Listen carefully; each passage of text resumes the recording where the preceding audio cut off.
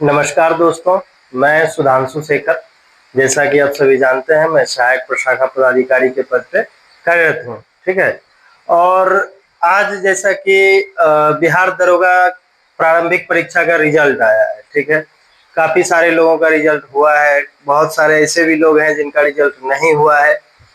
तो जिनका रिजल्ट हो गया है उनको मेरी अग्रिम शुभकामनाएं। अगले एग्जाम की तैयारी के लिए जो है शुभकामनाएं। आप अच्छे से लगिए, पैटर्न को समझते हुए अच्छे तरीके से जो है तैयारी कीजिए।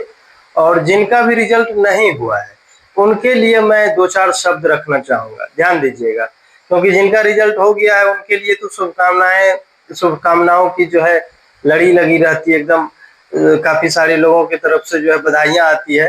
लेकिन वैसे लोग जिनका रिजल्ट नहीं हुआ है, वैसे लोग कहीं एकांत में कोने में बैठे हुए होंगे कि कोई जो है किन्हीं का बात जो है उनके दिमाग में ऐसा लगे कि हाँ, कोई उनके प्रति स्नेह का भाव रखता है। तो इस तरह की चीजें जो है फेलियर के टाइम पे आता है। और मुझे भी फेलियर का सामना करना पड़ा है। ऐसा नहीं है कि कोई अचानक से जो है सफल हो जाता है। तो वही सारी चीजें हैं। ये एक पार्ट ऑफ द प्रोसेस है, इससे गुजरना ही पड़ता है। तो चलिए, ज्यादा वक्त नहीं लेंगे, थोड़ा सा इन चीजों को समझेंगे आज कि आखिर रिजल्ट क्यों नहीं होता है। आज का जो टॉपिक लिए हैं कि आखिर रिजल्ट क्यों नहीं होता है, तो इन चीजों को समझिए पहले। रिजल्ट आखिर क्यों नहीं हो रहा है। ठीक है। देखिए, इसको शुरू करने से पहले एक चीज जान लीजिए कि जो एग्जाम है बीएसएससी सीजीएल का, ठीक है, सीजीएल 4 का, वो आपको अभी 5 से 6 महीने समय उसमें है। तो आप एक बेहतर तैयारी कर सकते हैं तब तक। ठीक है।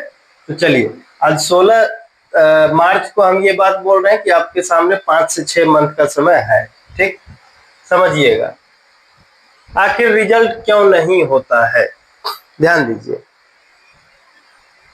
एग्जाम की समझ। जब जिस एग्जाम की आप तैयारी कर रहे हैं, ठीक है, एग्जाम की समझ होना बेहद जरूरी है। समझ अब किसे कहेंगे कि जैसे एग्जाम हम देने जा रहे हैं, ठीक है, तो एग्जाम की हमसे क्या रिक्वायरमेंट है, उस एग्जाम, वो जो एग्जाम है वो हमसे क्या अपेक्षा करता है, किस प्रकार के ज्ञान की अपेक्षा करता है। ठीक है। तो पहला चीज तो उसको समझें। तो एग्जाम को समझने के लिए जरूरी है कि एक तो आपके पास सिंगल टारगेट होना चाहिए और दूसरा सिलेबस की जानकारी आपको होनी चाहिए। ठीक है। ध्यान दीजिएगा, जैसे अभी बहुत सारे लोग तैयारी कर रहे हैं, बहुतों को होगा कि सीजीएल 4 है, सामने सामने बीपीएससी एईडीओ है, फिर दरोगा मेंस है, बहुत सारे लोगों का रेलवे का भी एग्जाम होगा। तो मैं आपके ऊपर थोपना नहीं चाहूंगा कि आप सिर्फ एक ही एग्जाम की तैयारी कीजिए, लेकिन हाँ, कहीं ना कहीं जो आपके मन में ये एक चीज चलनी चाहिए कि एक एग्जाम को लेकर के, किसी एक एग्जाम को आप टारगेट कीजिए। ठीक है। और फिर उसी को लेकर के आप आगे बढ़ेंगे तो आप देखिएगा कि उसका जो है परिणाम बहुत बेहतर होता है। ठीक है। पहली चीज तो ये है सिंगल टारगेट की बात। दूसरी चीज, सिलेबस की जानकारी। जब आपके पास एक सिंगल टारगेट होता है तो सिलेबस जो है उसका आप अच्छे से समझ लीजिए, क्या है, कैसे कैसे जो है एग्जाम जो है कितने फेज में है, क्या क्या सिलेबस है। ठीक है। सिलेबस में देखिए कैसे सिलेबस को जो है आपको ये करना है। होता क्या है कि जब नोटिफिकेशन आता है किसी भी एग्जाम के लिए, किसी भी जो है नियोक्ता के द्वारा जब नोटिफिकेशन जारी किया जाता है आयोग के द्वारा, वहां पे ध्यान दीजिएगा कि सिर्फ जो है सब्जेक्ट वाइज लिख दिया जाता है कि आपसे जो है मैथ, रीजनिंग, साइंस, उसके बाद जो है इकोनॉमिक्स हो गया, पॉलिटी हो गया, हिस्ट्री हो गया, ज्योग्राफी है, विविध है। तो इस तरह की चीजें जो है आपसे पूछी जाएगी, इतना बस बता दिया जाता है। ठीक है। अंत में जोड़ दिया जाएगा समसामयिक घटना है। ठीक, यह भी बता दिया जाता है मोटा मोटी कि मैथ रीजनिंग से हम कितने प्रश्न पूछने जा रहे हैं और उसके बाद जो इधर जीएस वाले पोर्शन से कितना प्रश्न पूछा जाएगा, इतना आपको बता दिया जाता है। लेकिन यहीं तक सिलेबस सीमित नहीं है। सिर्फ इतना जान करके आपको यह जानकारी नहीं मिल पाएगी कि आपको किस सब्जेक्ट को कितना वेटेज देना है या फिर किस सब्जेक्ट को किस तरह की प्रायोरिटी में रखनी है। ध्यान दीजिएगा, सब्जेक्ट वाइज आपको दे दिया जाता है, तो पहले उस सब्जेक्ट को लिख लीजिए जिस भी सब्जेक्ट की चर्चा जो है आयोग के द्वारा की जाती है। जब हम सब्जेक्ट वाइज लिख लिए सिलेबस को, उसके बाद क्या है कि हमें टॉपिक पे आना है। उस सब्जेक्ट में कौन कौन से महत्वपूर्ण टॉपिक हैं जिस पर कि हमें विशेष ध्यान देने की आवश्यकता है, या फिर उस सब्जेक्ट में जो चीजें एग्जाम के नजरिए से महत्वपूर्ण है और क्या उस पे हमारा पकड़ है कि नहीं। तो एक तो ध्यान आपको वहां भी रखना है, ठीक है। तो टॉपिक पे आइए। सब्जेक्ट वाइज के बाद आपका ध्यान होना चाहिए टॉपिक वाइज पे, ठीक है, कि कौन कौन से टॉपिक महत्वपूर्ण है। तो आपको अपने सिलेबस को जो कि सब्जेक्ट फॉर्म में दिया हुआ था, सब्जेक्ट वाइज दिया गया था, उसको आपको छांट लेना है टॉपिक वाइज। ध्यान दीजिएगा, टॉपिक वाइज आपको तैयार कर लेना है कि सिलेबस आपके हिसाब से टॉपिक वाइज क्या है, ठीक है। उसके बाद क्या होता है कि कुछ ऐसे प्रश्न होते हैं जो कि आपको किसी किताब में या फिर जहां तक जो है आपकी नजर जा रही है जिन पुस्तकों तक, वहां तक में जो है वो प्रश्न देखने को नहीं मिलता है। तब ऐसे में क्या किया जाए, तो ऐसे में जरूरी हो जाता है वैसे कुछ प्रश्न जो कि मतलब डायरेक्ट कहीं से उठा लिए जाते हैं, वैसे कुछ प्रश्नों का संग्रह आप अपने पास रख सकते हैं, ठीक है। जो तो इसको क्या कहेंगे, क्वेश्चन वाइज। तो आपकी तैयारी 3 तरीके से होगी, एक तो सब्जेक्ट वाइज, दूसरा टॉपिक वाइज, तीसरा प्रश्न वाइज यानी क्वेश्चन वाइज, ठीक है। क्वेश्चन के तरीके से कि मतलब आप जो है वैसे कुछ प्रश्न जो कि बहुत क्लिष्ट आपको नजर आ रहे हैं, ठीक है, और कई तरह के एग्जाम में पूछे गए हैं, तो उसका एक संग्रह जो है आपके पास होनी चाहिए, ठीक है। चलिए अगला है तैयारी के लिए सही दिशा की जानकारी का ना होना। देखिए ये बहुत महत्वपूर्ण चीज है। अभी हमने जो भी चीजें आपको बताया, ठीक है, ध्यान दीजिएगा कि सब्जेक्ट वाइज दिया हुआ है, उसको टॉपिक वाइज छांट दीजिए, और फिर टॉपिक वाइज में से कुछ वैसे प्रश्न रहते हैं जो कि कहीं नहीं दिखते हैं, तो ऐसे प्रश्नों का भी संग्रह आपके पास होना चाहिए जिसकी पुनरावृत्ति होने की संभावना भी रहती है, ठीक है। अब देखिए इन सारे चीजों को आप तभी कर पाएंगे जब आप पीवाईक्यू को देखेंगे। ध्यान दीजिएगा, बहुत ही अहम बात हम बोल रहे हैं, बहुत ही महत्वपूर्ण बात बोल रहे हैं कि पीवाईक्यू को जब तक आप नहीं देखेंगे, प्रीवियस ईयर क्वेश्चन को नहीं देखेंगे कि पहले के वर्षों में जो एग्जाम हुए हैं उसमें कैसे प्रश्न आए थे, किन टॉपिक से आए थे, किन सब्जेक्ट से किस तरह के प्रश्न आए थे, तब तक आपको यह समझ में नहीं आएगा कि कौन कौन से टॉपिक जरूरी हैं और उस टॉपिक्स में कौन से वैसे प्रश्न हैं जिसका संग्रह हमें रखना है, ठीक है। तो पहली चीज तो पीवाईक्यू का आपको एनालिसिस करना होगा, ठीक है।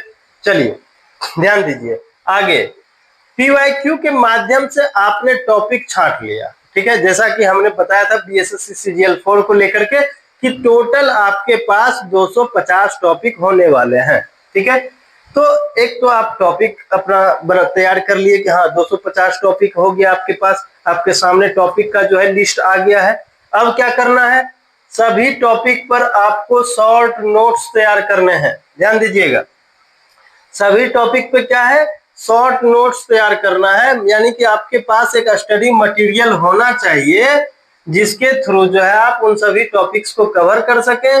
उस नोट्स पर आपको भरोसा होना चाहिए कि जब आप एग्जाम में जाएंगे तो यह नोट्स जो है आपके लिए जो है राहें आसान बना देगी, ठीक है। ध्यान दीजिए, अब अगली चीजें, बदलता हुआ पैटर्न।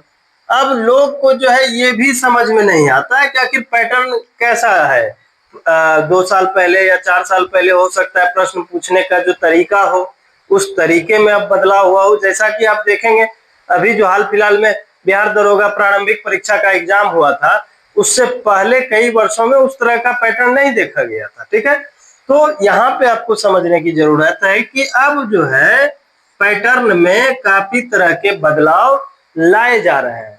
अब यहाँ पे मेरी एक बात का आप लोग ध्यान देंगे, ध्यान से सुनिएगा, बहुत ही गंभीर बात है। जब भी आप एग्जाम देने जाते हैं एग्जाम हॉल में, जब एग्जाम हॉल में आप बैठते हैं तो आपका जो दायरा है पढ़ाई का, उससे बाहर के प्रश्न अगर 10 प्रश्न भी पूछे गए, तब फिर क्या होता है कि आपका साइकोलॉजी बिल्कुल हिल जाता है और वहां पे आपको ऐसा एहसास होता है कि जो भी प्रश्न आपको 5-7 प्रश्न ऐसे जो कि आप जान रहे हैं उसमें भी आपको कंफ्यूजन होने लगेगा, ठीक है। तो उस 10 कठिन प्रश्नों को लेकर के अगले 10 प्रश्न में आपको समस्याएं हो जाती है और फिर आप रेस से बाहर हो जाते हैं। ठीक है, तो पैटर्न को समझना बेहद जरूरी है। ठीक है, कि अब जो है आगे एग्जाम का पैटर्न कैसा होने वाला है। आप देखेंगे कि बिहार दरोगा में और बीपीएससी एएसओ का ही पेपर लीजिए तो वहां पे एनसीईआरटी से प्रॉपर जो एनसीईआरटी की पुस्तक है 6 to 12 जो नई वाली पुस्तक है वहां से प्रश्न पूछे जा रहे हैं। ठीक है, तो एनसीईआरटी को आपको आधार बनाना ही पड़ेगा, चाहे आपका जो है पहली बार आप एग्जाम दे रहे हो या फिर 5वीं बार एग्जाम देंगे, आपको एनसीईआरटी को आधार बनाना ही पड़ेगा। ठीक है, अब ये बात समझ लीजिए। ठीक है, और एनसीईआरटी कोई बहुत बड़ी चीज नहीं है, इसका फोबिया मन में मत रखिए। एक डर भय बना हुआ रहता है लोगों के बीच कि एनसीईआरटी पढ़ना है, एनसीईआरटी पढ़ना है। बहुत पतली पतली पुस्तक रहती है। ठीक है, उसको आराम से कर सकते हैं, हम तो करवा भी रहे अपने ग्रुप में। लड़का सब पहले जो है बड़ी परेशान था कि मतलब एनसीईआरटी कितना किताब पढ़ना होगा सर, कैसे करना होगा। आप 6 क्लास की हिस्ट्री को पढ़िए, उसके जस्ट बाद जो है आप 12th क्लास का जो पार्ट 1, मैं इसके विषय में अलग से चर्चा कर दूंगा। तो आप समझिए कि पैटर्न जो है काफी बदल रहा है। ठीक है, सभी एग्जाम अब एनसीईआरटी की ओर मूव कर गए हैं और एग्जाम में जो प्रश्न पूछने का तरीका है अब वो स्टेटमेंट वाइज आने लगा है। अधिकतर प्रश्न अगर 40 प्रश्न भी पूछे गए स्टेटमेंट वाले तो वो आपके अलग से 10-15 प्रश्न पर जो है परेशानी ला देगा। ठीक है, ध्यान दीजिए। तैयारी के दायरे की कमी, ध्यान दीजिए। अब तैयारी का दायरा क्या होता है, देखिए जब आप तैयारी करते हैं, सपोज कीजिए आपने लुसेंट पढ़ा। ठीक है, तो लुसेंट जब आपने पढ़ा तो जीके में आपके तैयारी का दायरा क्या है, लुसेंट है। ठीक है, आप घटना चक्र को ऐड किए तो आपके तैयारी का दायरा क्या है, लुसेंट और घटना चक्र। ठीक है, अब होता क्या है कि अब चूंकि एनसीईआरटी से कोई लाइन उठा करके डाल दिया जा रहा है, तो ऐसा कोई जरूरी नहीं है कि एनसीईआरटी का एक एक लाइन आपको जो है जुबानी याद होना चाहिए तभी आपसे प्रश्न बनेगा, नहीं, ऐसा बिल्कुल भी नहीं है। आप जो है जब एनसीईआरटी को पढ़ेंगे, उसका नोट्स जो है बना लेंगे, तो आपको सारा समझ आ जाएगा कि एग्जाम में कौन से प्रश्न पूछे जा रहे हैं या फिर कौन से प्रश्न पूछे जाएंगे और उसका उत्तर जो है हमें किस प्रकार से देना है। ठीक है, तो एक तो ये चीजें हैं। उसके बाद क्या है कि जैसे ही आप जो है लुसेंट पढ़े प्लस घटना चक्र पढ़े, जो अभी परंपरागत तौर पर चल रहा है, ये 2 पुस्तकें काफी फेमस है। ठीक है, अब एनसीईआरटी को ऐड करना है तो काफी सारे लोग क्या कहेंगे कि इतना सारा चीज जो है पढ़ के याद कैसे रखेंगे। तो इसके लिए भी मैंने एक तरीका निकाला है, ध्यान दीजिएगा। जो भी पढ़िए उसका नोट्स जरूर बनाएं। ध्यान दीजिए, आप जो कुछ भी पढ़ेंगे उसका नोट्स बनाइए। इससे क्या होगा कि अगर आप घटना चक्र ही पढ़ रहे हैं, 500 पेज की किताब है, तो प्रयास कीजिए कि 40 से 50 पेज में उसका जो है एक शॉर्ट नोट्स तैयार कर लीजिए। जहां घटना चक्र को पूरा पढ़ने में आपको 10 दिन लगेगा, वहीं नोट्स को पढ़ने में आपको मुश्किल से जो है 2 दिन लगेगा। ठीक है, तो इस तरह से जो है आप अच्छे से रिवाइज कर सकते हैं। रही बात एनसीईआरटी की, उसका भी शॉर्ट नोट्स बना लीजिए। ठीक है, धीरे धीरे जो है चीजें आपके लिए बहुत आसान हो जाएगी। ठीक है, तो चलिए समझिए इसको। तो तैयारी के दायरे की कमी, तो दायरा बढ़ाने के लिए सबसे बड़ी चीज क्या है, हम जो पढ़े उसका नोट्स बना लिए। नोट्स बनाने का फायदा सबसे बड़ा क्या है कि जो आपने पढ़ा वो तो आपके पास है ही, क्यों, क्योंकि जब आपको रिवीजन करना होगा तो आप अपने नोट्स को पढ़ करके तुरंत उसका रिवीजन कर लेंगे। ठीक है, दूसरी बात यह है कि जब कोई और किताब उठाते हैं और उसका नोट्स तैयार कर लेते हैं तो वहां तक भी आपका रीच पहुंच जाता है। ठीक है, आप वहां तक भी चले जाते हैं और उसके बाद जो है आप उस किताब का जिसका कि आप ऐड किए कोई बुक और उसको पढ़ लिए अच्छे से। ठीक है, और उसका नोट्स है तो आप रिवीजन करते हुए अपने दायरे को बढ़ा लेंगे। ठीक है, तो चलिए अब आगे देखिए। जो सबसे अंतिम चीज है तैयारी के क्रम में, साइकोलॉजिकल स्ट्रेंथ या विल पावर की कमी। ध्यान दीजिएगा, साइकोलॉजिकल स्ट्रेंथ या विल पावर की कमी।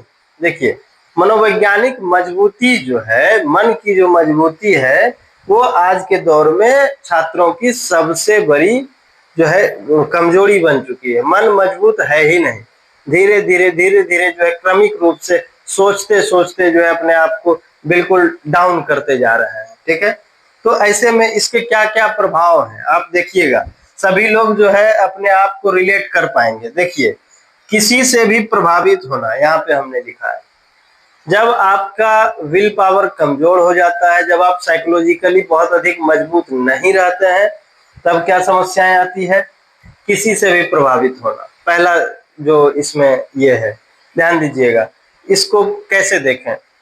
जब कहीं आप सेट लगाते होइएगा, ठीक है, जब कहीं आप सेट लगाते हैं और कोई और भी लोग लगाते हैं, यदि उनका मार्क्स आपसे 8-10 मार्क्स या फिर 20 मार्क्स अधिक आ जाए, सपोज कीजिए आपने 150 प्रश्न का सेट लगाया, आपको 100 मार्क्स आए, उसी सेट में कोई ऐसे व्यक्ति हैं जिनका 125 आ रहा होगा, ठीक है, तो आपको लगेगा कि रिजल्ट उसका होगा कि हमारा होगा।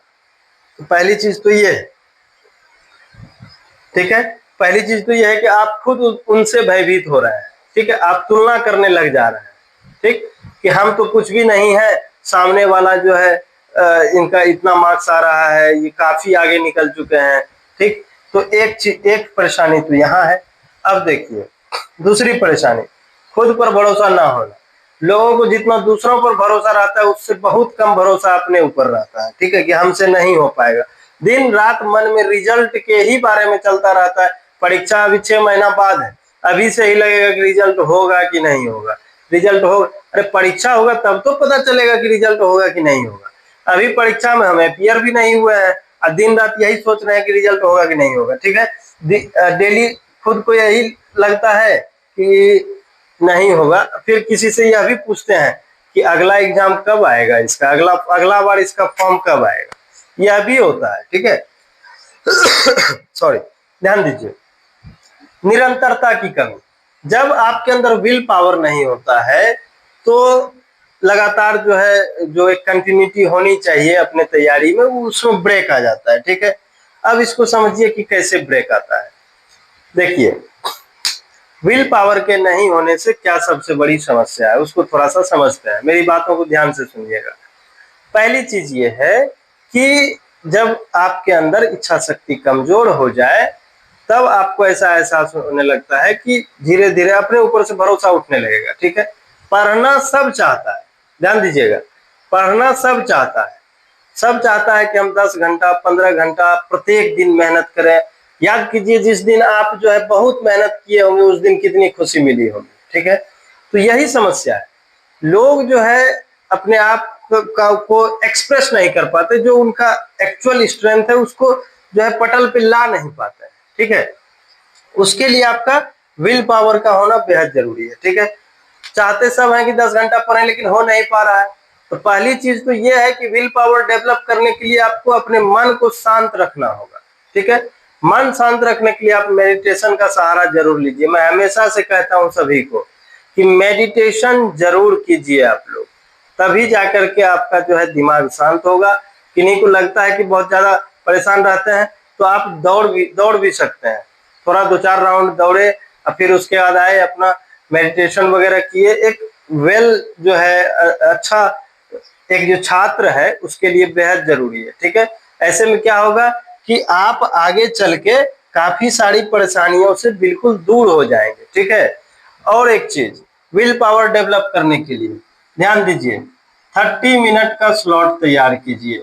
सभी लोग ध्यान देंगे, 30 मिनट, 30 मिनट का स्लॉट तैयार कीजिए। ठीक है, जैसे सपोज कीजिए कि अभी 30 मिनट में हम टारगेट लिए कि हमको जो है लुसेंट का विविध से 2 पेज याद करना है। ध्यान दीजिए, अगले 30 मिनट, ठीक है, हमने इसको जो है टारगेट किया। ठीक, सपोज कीजिए 2 पेज हम पढ़ सकते थे, लेकिन ध्यान देना है, हम लिखेंगे यहाँ 1 पेज, एक ही पेज हमको पढ़ना है। ठीक, अब क्या होगा कि हम पढ़ना शुरू किए, ध्यान दीजिएगा, फोन को एरोप्लेन मोड पे डालिए और टाइमर लगाइए 30 मिनट का। ठीक, अब क्या होगा कि जैसे जैसे आपका टाइम जो है बढ़ता जाएगा, पहला 15 मिनट तक आपको कोई समस्या नहीं होगी, आप बिल्कुल पढ़ते चले जाएंगे। क्यों?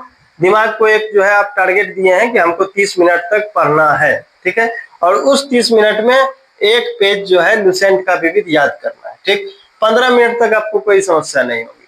जैसे ही 20वें मिनट के लिए आप बढ़ेंगे, धीरे धीरे जो है लगेगा कि एक बार देख लें क्या फोन की कितना टाइम बचा हुआ है। ठीक है, तो इसी तरह से लगातार जैसे जैसे आप 25 की ओर बढ़ेंगे मानसिक परेशानी और बढ़ती चली जाएगी। लेकिन अपने आप को समझाना है कि नहीं, 30 मिनट तक, जब तक अलार्म नहीं बज जाए तब तक जो है मुझे अपने काम में लगे रहना है। ठीक है, इसी तरह से धीरे धीरे धीरे जैसे ही 30 मिनट होगा और अलार्म बजेगा और आपका जो है एक पेज याद हो गया होगा, मन में बेहद सुकून की अनुभूति होगी, एकदम आप प्रसन्न महसूस कीजिएगा।